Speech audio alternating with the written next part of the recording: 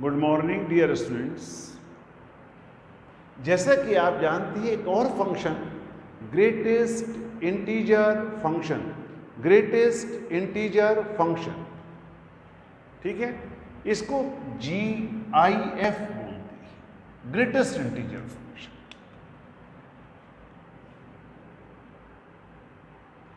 It is denoted by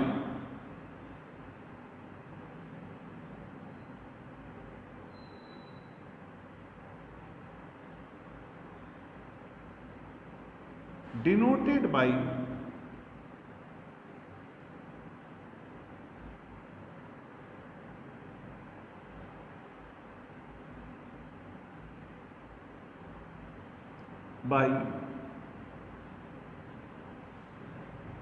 एक square bracket लगाते हैं और इस स्क्वायर ब्रैकेट के अंदर कोई फंक्शन लिखा रहता है, ठीक है, x का कोई भी फंक्शन लिखा हुआ हो सकता है। अब देखिए इसकी वैल्यू कैसे निकालते हैं। सपोज करिए इस ब्रैकेट के अंदर 3.7 लिखा हुआ है।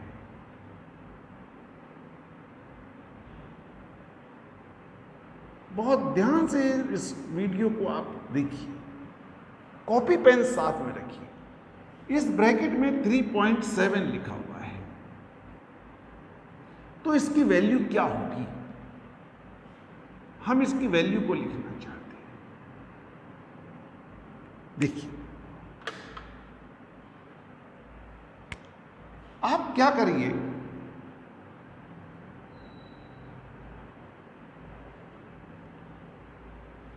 एक रियल नंबर की लाइन बनाइए, रियल नंबर की लाइन बनाइए। जब आप रियल नंबर की लाइन बनाएंगे, इस पर आप इंटीजर्स को प्लॉट कर दीजिए।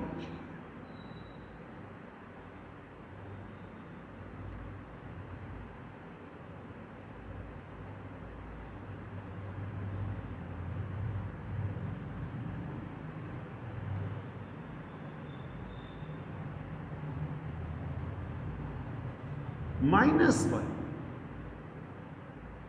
-2, हमेशा इंटीजर्स को प्लॉट कर दीजिए, सबसे पहला स्टेप।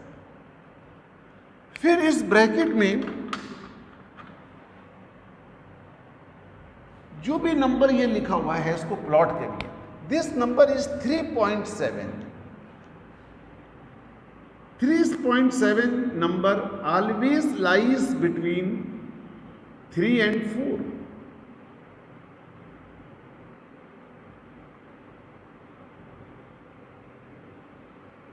जो नंबर आपने प्लॉट किया है उस नंबर से आप बैकवर्ड डायरेक्शन में चलेंगे, बैकवर्ड डायरेक्शन में चलेंगे। बैकवर्ड डायरेक्शन में चलने पर सबसे पहले इंटीजर कौन सा मिल रहा है आपको? बैकवर्ड डायरेक्शन में चलिए तो सबसे पहला इंटीजर क्या मिल रहा है? 3। फिर क्या मिल रहा है आपको बताइए? 2। फिर क्या मिल रहा है? 1, 0, -1, -2, डॉट डॉट डॉट डॉट, इस तरह से मिला। तो हमेशा क्या है कि आप पहले रियल नंबर की लाइन बनाइए, उस पर इंटीजर्स को प्लॉट कीजिए, उसके बाद आपका जो नंबर यहां पर लिखा हुआ है उस नंबर को यहां प्लॉट करिए। उससे हमेशा टुवर्ड्स लेफ्ट चलना है, टुवर्ड्स लेफ्ट चलना है हमेशा, बस ये याद रखना। तो सबसे पहले जो इंटीजर मिल रहा है उसको लिखिए, फिर इसको लिखिए, फिर ये लिखिए, फिर ये लिखिए। अब क्या हुआ कि जो आपने एक इंटीजर्स का ये एक सेट तैयार किया है, ये एक सेट तैयार किया है, इसमें सबसे बड़ा लार्जेस्ट इंटीजर क्या है बताइए? 3। सबसे बड़ा इंटीजर क्या है? 3। तो यहां पर 3 लिखेंगे आप।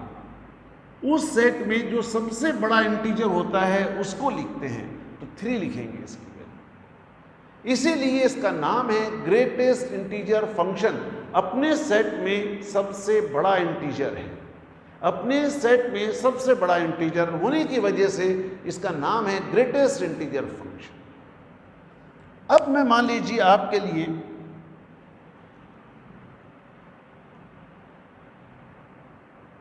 आप दूसरी फिगर बनाइए।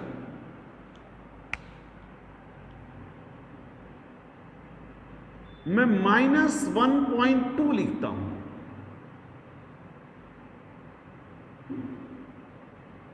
इज इक्वल टू -1.2 नंबर यहां होता।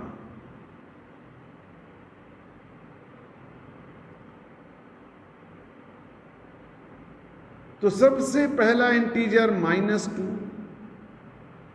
फिर इंटीजर -3, फिर -4 डॉट डॉट, और इन सब का सेट बनाइए। बार बार लिखने की जरूरत नहीं है, तो मैं आपको समझाने की कोशिश कर रहा हूं। इसमें सबसे बड़ा इंटीजर क्या है बताइए? -2, इसलिए आप यहां पर -2 लिखिए। आप यहां पर क्या लिखेंगे बताइए? -2 लिखिए, राइट। तो अब ये तरीका आपको समझ में आ गया होगा कि हमें क्या वैल्यू लिखनी है। देखिए, अगर मान लीजिए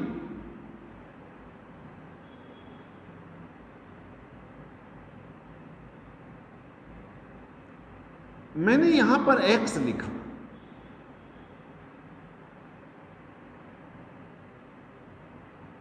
fx इज इक्वल टू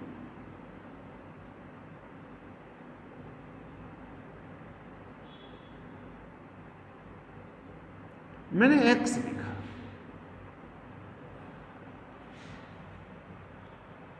और यहां पर मुझे नहीं पता यह कैसे ब्रेक करना है या कैसे नहीं ब्रेक करना। मैं इसका ग्राफ भी बनाना चाहता हूं और इसको ब्रेक भी करना चाहता हूं, ठीक। तो इसका सबसे बढ़िया तरीका क्या है? Late.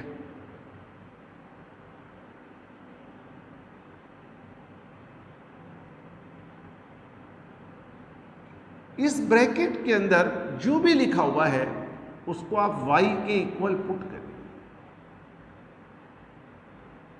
y is equal to x, y is equal to x।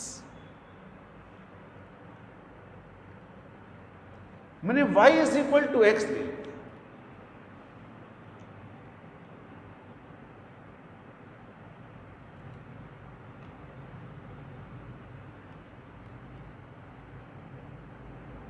y axis,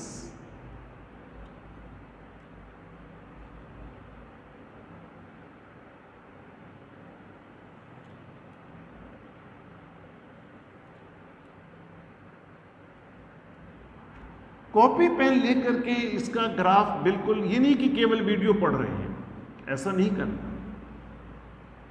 copy pen लेकर के आप इसके ग्राफ को बनाने की कोशिश करें।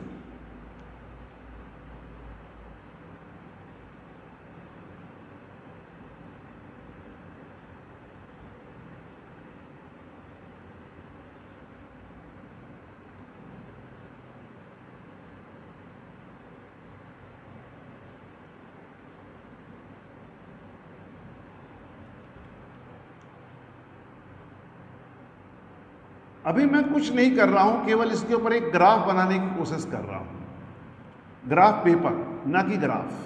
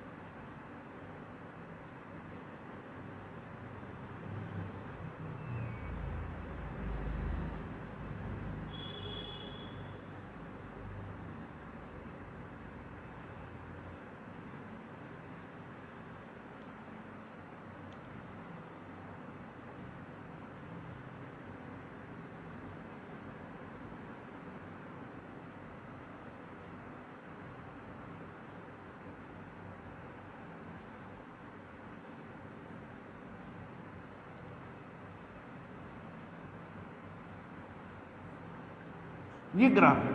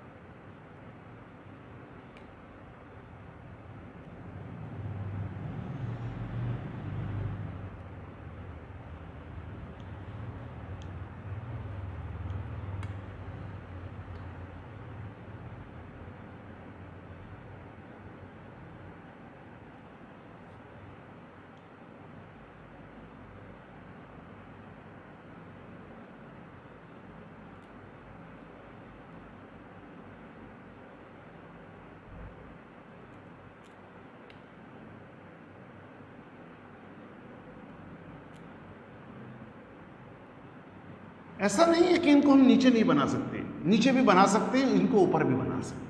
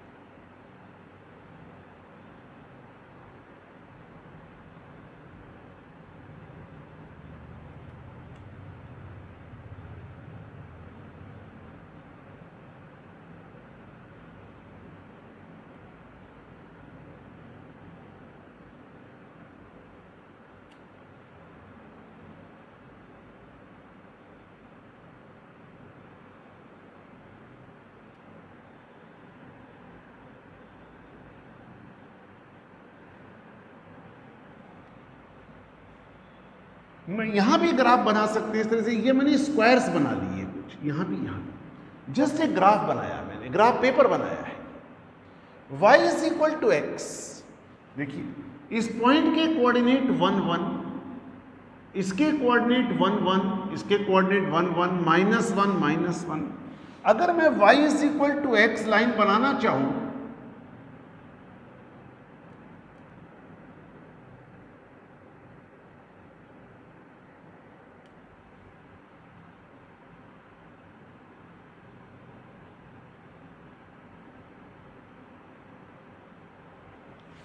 और इसको नीचे भी बनाइए,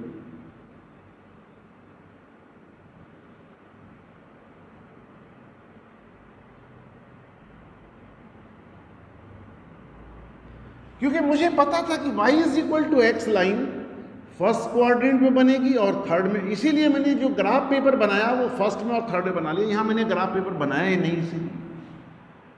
ठीक, अब देखिए इसको बनाने के बाद देखिए यहां पर ये एक्स एक्सिस है, y is equal to 0,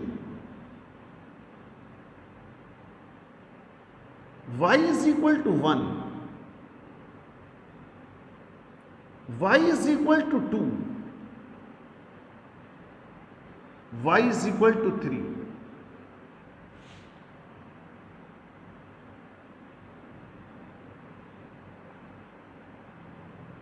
y is equal to -1, y is equal to -2,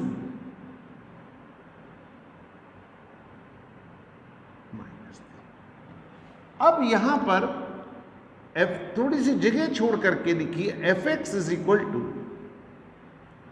और greatest integer x, greatest integer. जरा इस पॉइंट की बात करिए, y की वैल्यू क्या है 1 और ये लाइन है y is equal to x. तो जब y की वैल्यू 1 होगी तो x की वैल्यू भी 1 होगी, ये 2 हो जाएगी, ये 3, -1 -3 हो जाएगा। ठीक, अब जरा ध्यान दीजिए, x की वैल्यू यहां से 0 से 1, ये y की वैल्यू लिखी हुई है सामने। देखिए दो पैरेलल लाइन के बीच चलता हूं तो मेरा ग्राफ ये आ रहा है, इससे थोड़ी जगह छोड़ करके x की वैल्यू 0 और 1 के बीच में लिखी, x की वैल्यू 0 और 1 के बीच में लिखी। जिस समय x की वैल्यू 0 से 1 के बीच में है आपका ग्राफ ये बना हुआ है। ठीक, तो बताइए ये ग्रेटेस्ट इंटीजर क्या होगा जब इसके अंदर लिखी हुई वैल्यू 0 से 1 के बीच में होगी तो इसकी वैल्यू 0 हो जाएगी, और जब x की वैल्यू 1 और 2 के बीच में होगी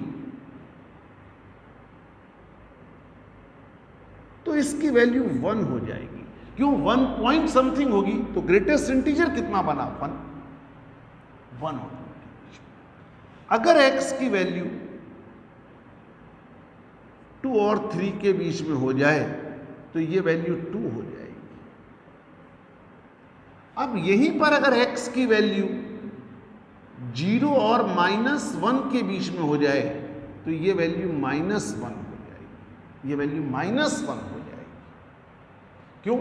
0 और 1 के बीच में जो ग्राफ बना हुआ ये बना हुआ है और उसमें y की सबसे कम वैल्यू क्या है बताइए माइनस। अभी मैंने इक्वल टू साइन की कोई बात नहीं करी।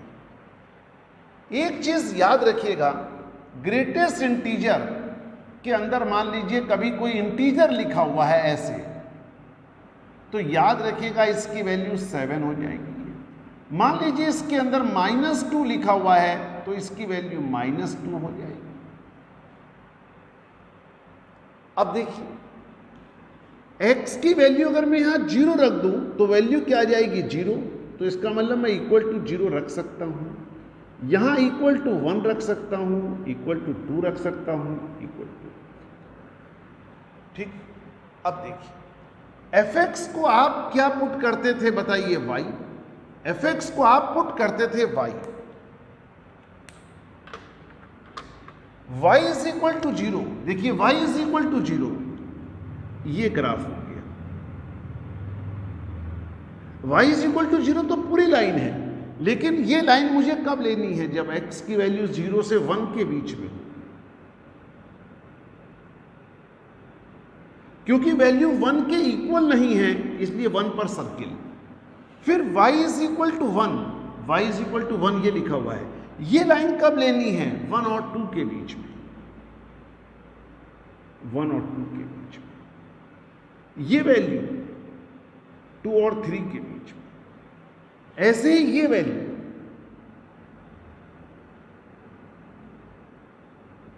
ये वैल्यू, ये वैल्यू,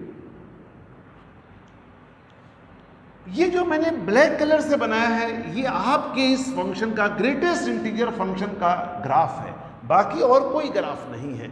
इस तरह से स्टेप्स की फॉर्म में है, इसीलिए इसका नाम स्टेप फंक्शन भी है और फ्लोर भी कहते हैं कुछ लोग इसको, फ्लोर इस तरह से पढ़ते चले गए। तो ग्रेटेस्ट इंटीजर फंक्शन बनाने का क्या रूल बना, एक बार इस ग्राफ को आप सही तरीके से बनाइए, सोचिए, किताब में भी पढ़िए, उसके बाद फिर दोबारा समझिए। जब तक आपको ये ग्राफ ना समझ में आए तब तक आप आगे नहीं बढ़िए।